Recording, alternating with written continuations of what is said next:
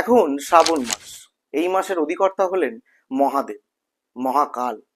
কাল অর্থে সময়, অর্থাৎ সময়কে যিনি নিয়ন্ত্রণ করেন তিনি হলেন মহাকাল। আর মহাকালকে যিনি নিয়ন্ত্রণ করেন তিনি হলেন মহাকালী। মহাকালী মহাশক্তি, তিনিই জগতের মা। তাই তো তার নামেই আজও আমরা ভাবুক হয়ে উঠি। শ্যামা সঙ্গীতের সুরে চোখে জল আসে আপামর বাঙালি। মা আর সন্তানের এই সম্পর্ক যুগ যুগ ধরে চলে আসছে। কিন্তু কখনো ভেবে দেখেছেন কি, শ্যামা মায়ের পুজোর সূচনাটা হয়েছিল কোথা থেকে? কেই বা শুরু করেছিল? আসুন আমি বলছি। কালী হলেন আদি শক্তি, তাই তো তিনি আদ্যা শক্তি। স্বয়ং ব্রহ্মা বিপদকালে যার শরণাপন্ন হয়েছিলেন, সেই ব্রহ্মময়ী মায়ের পুজো ঠিক কবে থেকে শুরু হয়েছিল তা বলা সম্ভব নয়। তবে মা আজ যে রূপে পূজিত হন, সেই রূপেই মা ভক্তদের কাছে বরাবর কিন্তু পূজিত নন। মাকে আগে পুজো করা হতো তাম্র টাটে ছক এঁকে।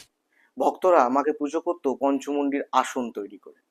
১৬০০ থেকে ১৭০০ খ্রিস্টাব্দের মাঝামাঝি সময়ে নবদ্বীপের কৃষ্ণানন্দ আগমবাগীশের মন কেঁদে উঠল মাকে একবার দেখার জন্য। তিনি তন্ত্র সাধক, মাকে রোজ দর্শন করেন, কিন্তু মানস চক্ষু দিয়ে। সেই দেহ, সেই সত্তা, কোনো কিছুরই আকার নেই, সকলই নিরাকার। কিন্তু মাকে সাকার দেখার জন্য ছেলের মন কেঁদে উঠল।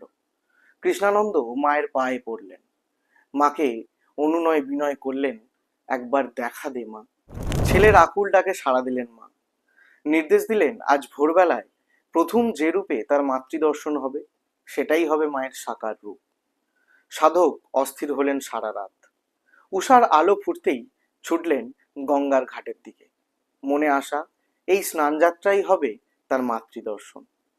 গ্রামের কিনারায় এসেই কৃষ্ণানন্দ দেখলেন এক গ্রামের গৃহবধূ বাঁ হাতে গোবরের তাল আর ডান হাত উঁচু করে এক মনে ঘরের দেওয়ালে ঘুঁটে দিচ্ছেন।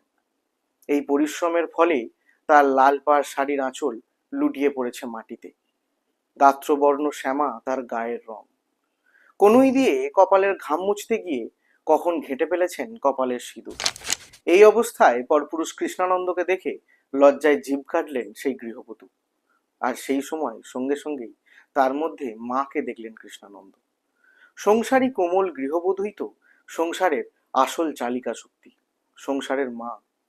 এই ভাবনাকেই মানসপটে এঁকে কৃষ্ণানন্দ গঙ্গা মাটি দিয়ে তৈরি করলেন মায়ের মূর্তি, যা পরবর্তীকালে পূজিত হলো দক্ষিণাকালী শ্যামা রূপে।